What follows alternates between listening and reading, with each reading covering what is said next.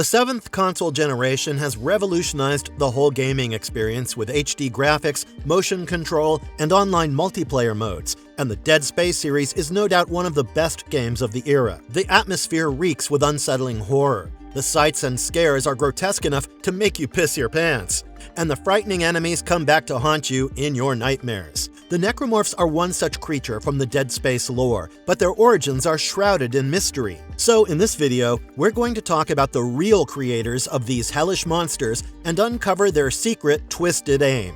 Without much ado, let's begin. But before we go into our explanation, we have a very small request. If you like our content, please support us by subscribing to our channel. This is a small click for you, but for us it means a lot. Thank you. Let's begin.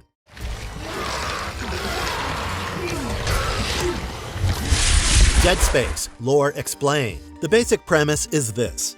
Set in a dystopian future, the Dead Space franchise revolves around the story of a spacecraft engineer, Isaac Clarke, and his encounter with mutated dead entities created by a mysterious structure called the Marker. So the story begins in 2508 on a premium spacecraft called the USG Ishimura.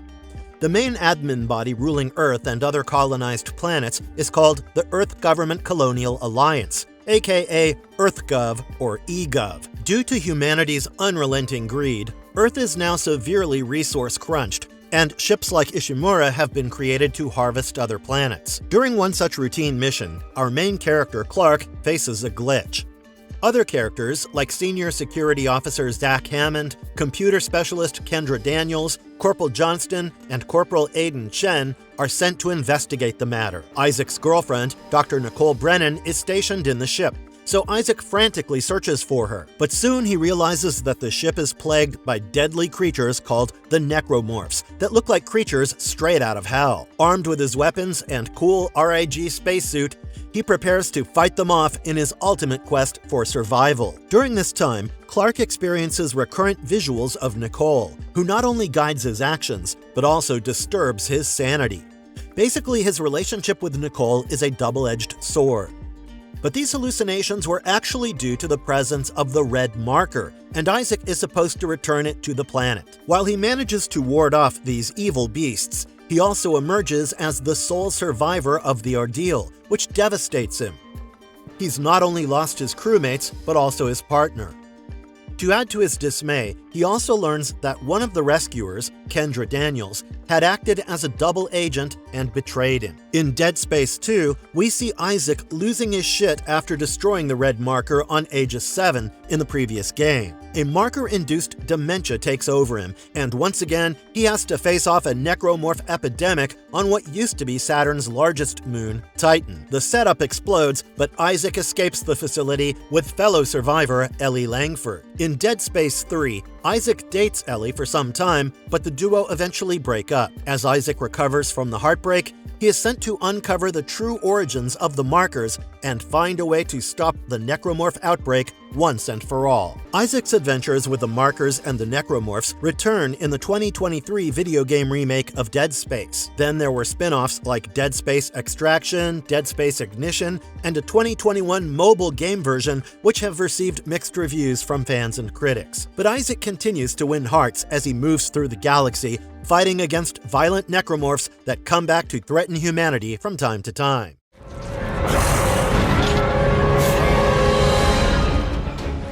Necromorphs. Now, the real question is, who are these necromorphs that Isaac fights? Their names are made up of two words. Necro, meaning anything dead, and morph, implying anything that has morphed or transformed.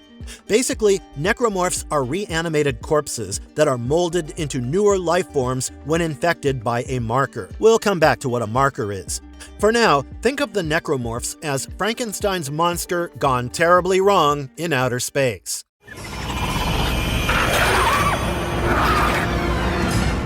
Types of necromorphs. There are different types of necromorphs, with slashers being the most common type. They are extremely hardy. A slasher can go on attacking in spite of getting several injuries on its body. A divider necromorph can just break apart into deadly smaller creatures after sustaining damage. We also have the lurkers, created from infants, dogs, and organ banks used for medical transplants. Then there are the guardians that are created from corpses formed during the corruption, which is basically the first sign of a necromorph attack.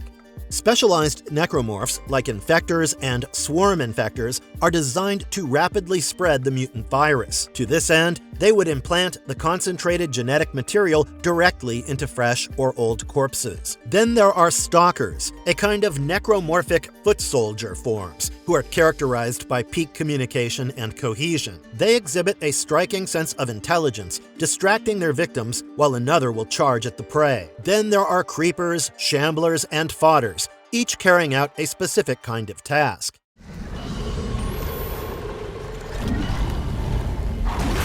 Anatomy. Based on the life stage the people were in when they died, the necromorphs come in unpredictable shapes and sizes.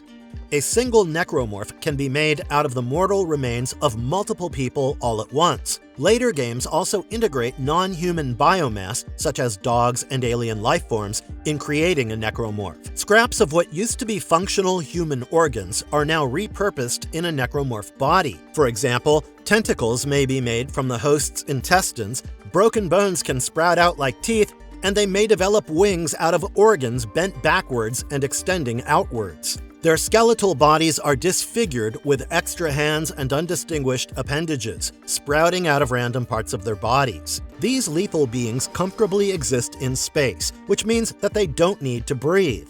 There are no lungs aiding respiration. There is no heart pumping oxygen into their blood. There is no blood pulsing through their veins. They are just dead matter. Visually, their creation drew inspiration from seminal works like System Shock, Resident Evil 4, and John Carpenter's The Thing. Remember the xenomorphs from the Alien movies? It's not just the names that sound familiar. They are both parasites that prey on human bodies for species survival. What sets the necromorphs apart is their twisted, unique lore in the franchise. As was intended by the makers, necromorphs are supposed to stand for the loss of humanity, and they instill a sense of awful dread in the player. Breeding and behavior. These creatures are highly aggressive and pounce on any living organism they can lay their eyes on. The sound design is a mix of human and animal noises, which makes them a godforsaken reminder of utmost space terror. Right from the time they're created, their goal is to mindlessly spread the infection and multiply in large numbers. Based on the cells they infect, the outcome would be different. We have to understand that they primarily infect dead or necrotic tissues, which instantly transforms into new necromorphs. So if they come in contact with living tissues, the victims typically do not undergo any change. But if the creature manages to insert the necromorph pathogen directly into a living host, first, the organs will die out slowly, and then the individual will die a slow death. This is what we see in the case of Brant Harris, who transforms into a regenerating necromorph called the Hunter. When SCAF soldiers consumed necrotic flesh, they turned into a Wendigo-like necromorph form known as the Feeder. Normally, the whole transition can be completed in a matter of a few seconds, which also implies that a huge amount of heat is released in a really short span of time. Their bodies go into a spasmic overload, and their veins start boiling in this heat. Their arteries split open, their skin ruptures, and former vital organs, which are no longer needed, turn into additional muscles to render them superhuman strength. Like their masters, Necromorphs too can use electrical signals to their advantage. In Dead Space 2's multiplayer, we see pukers melting their sensory organs and yet accurately locating the player.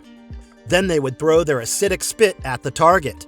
So this anomaly can only be explained by their neurokinetic capabilities. It only makes sense that these necromorphs can sense electrical activity of neural strands in the human brain before launching their attack at the right site.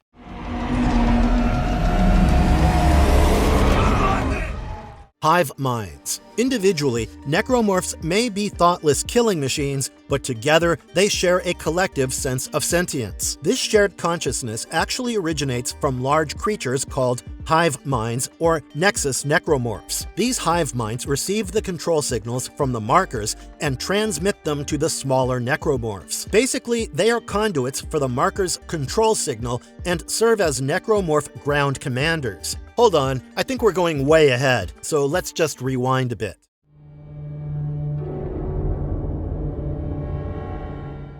What are markers? These twisted double-helix pincer-shaped structures in the franchise are more than just giant avant-garde architecture. Markers are enigmatic, extraterrestrial, and capable of extreme evil. Shaped like DNA, the two spires twist around each other from the base to meet at the top. This structure is a reminder of their ultimate goal of unity after death. Architecturally, they are similar to an intricate hologram.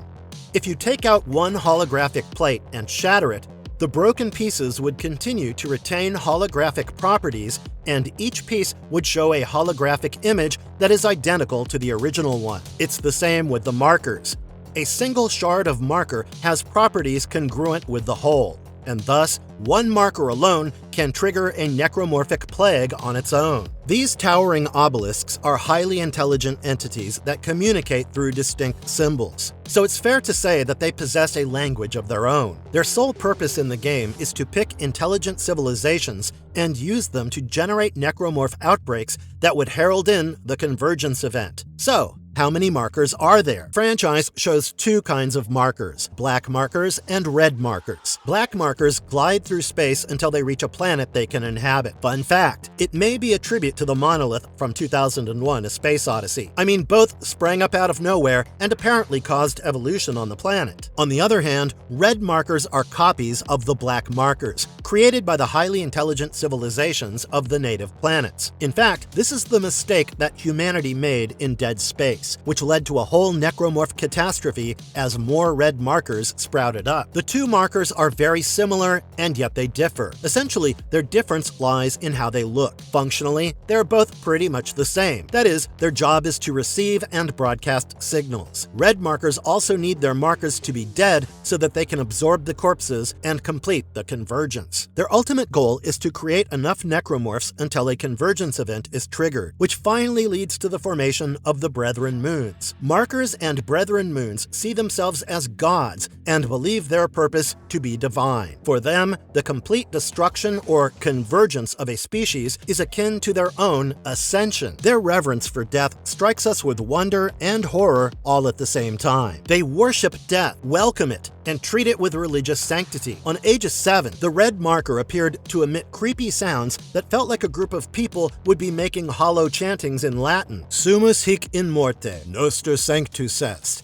This obviously means, we are here in death, it is our saint. Are they invincible? Sure, they are sinister and apparently indestructible, but that doesn't mean they are beyond damage. In fact, they can be destroyed under specific circumstances, and we see multiple instances of markers being defeated by humans in the game. For example, Isaac Clarke and John Carver have displayed immense mental strength in fighting the influence of the markers' signals within their minds. Their grit and resilience stood out against the debilitating powers of the markers, who are otherwise the strongest of the lot.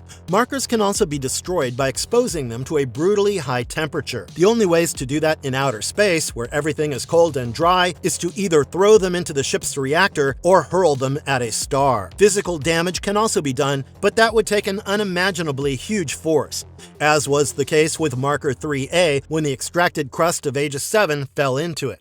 How do markers create necromorphs? Be it the black marker or the red marker, they emit the same kind of signals that can impact both living and dead tissues. These signals come in the form of electromagnetic waves, which can alter the genetic constitution of a healthy living cell. Their signals are what drives random pieces of necrotic tissue to fuse together to form a reanimated necromorph. It is said by Dr. Earl Serrano, the marker signal doesn't just reanimate the dead, it manipulates us into spreading the marker.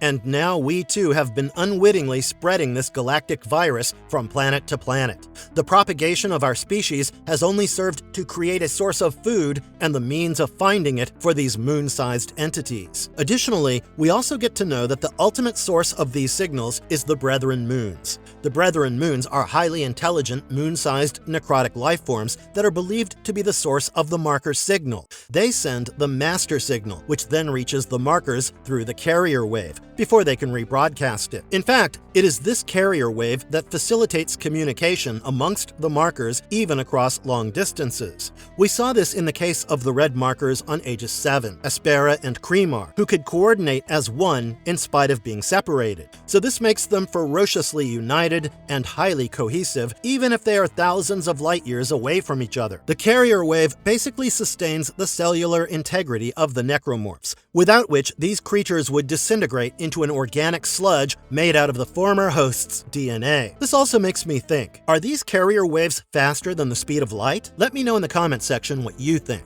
Anyway, the marker signal is highly contagious, affecting the standard operating procedure of even advanced technological equipment. Each time a marker undergoes an extreme change of state, it will jar the existing communication signals by manifesting a super powerful EMP blast. While the properties of different markers don't differ much, the intensity of their pulses actually depend on the size of the marker. But this can be manipulated using catalysts. For example, you can enhance the marker with a signal amplifying pedestal, like they did with marker 3A. Or you can use individuals whose brains show compatibility with the signal. The signal has multifaceted functions, and one of the important things it does is to create a dead space around the marker. The artifact is like the eye of the storm, where everything is calm, but outside it, a whirlwind of necromorphic outbreak rages on. Necromorphs would be forced into dormancy before they can reach the marker. This would allow the marker to lure potential human victims to its base, where the human would be safe from a necromorphic attack. But then this space has a small perimeter so that necromorphs live in close proximity to the markers. This would help the marker to efficiently control the minds of the necromorphs and bend them to its will.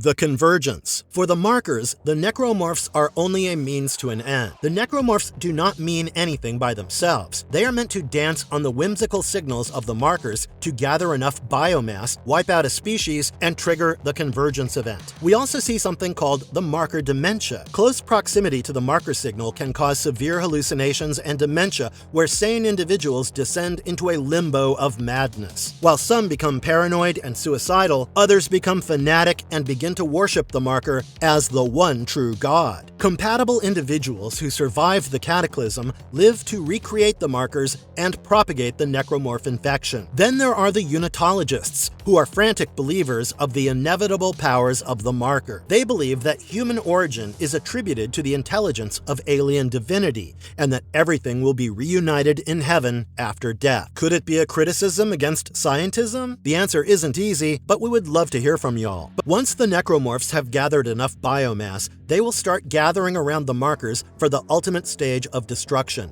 We witness gigantic outbursts of energy which pull every last necromorph along with parts of the planet into the stratosphere. Here, a brethren moon would be formed from the remains of necrotic flesh and planetary debris. The moon feeds on any remaining piece of flesh that may be left behind on the surface of the planet. Thus, a life is formed which can not only feed but also multiply in its own twisted way. These moons travel to the other worlds infected by the markers, feed on necrotic resources there, and grow in size. Once full, it will join its kin, and the whole system would look like a vast network of stars connected to one another. They exist in a state of sleepy torpor, but they are always alert for any signs of prey. The Milky Way galaxy alone has experienced countless convergence events.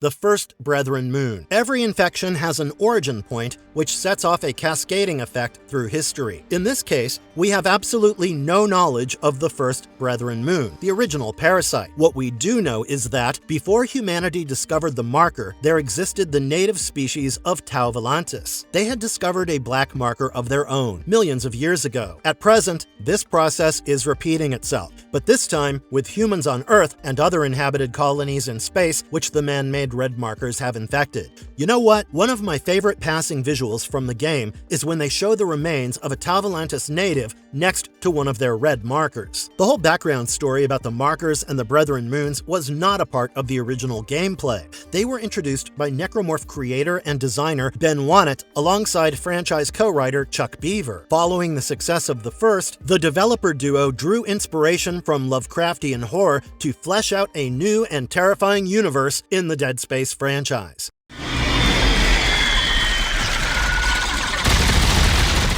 Marvelous verdict. The Necromorphs stand out as one of the most terrifying antagonists in the video game universe, sending ripples of chills through the human spine. The Dead Space franchise has gained a cult following over the years. The game is addictive, the lore is riveting, and the experience is marvelously horrifying. In this video, we saw how they are more than just deadly creatures lurking through space. They are sentient beings connected through electromagnetic signals that are blasted through space by higher sentient beings. The real creators of the Necromorphs are revealed through multiple layers of exposition. First, we see the markers as the determining forces to be reckoned with. Then we realize that the Brethren Moons are the real underdogs. They are the master beings of the universe they inhabit. They glide through space, unknown to mankind at present, secretly holding the key to disastrous catastrophes in the nearby future. And if you liked our content, don't forget to leave a like and subscribe to us if you haven't already. Have a good one and be safe. Thanks, everyone.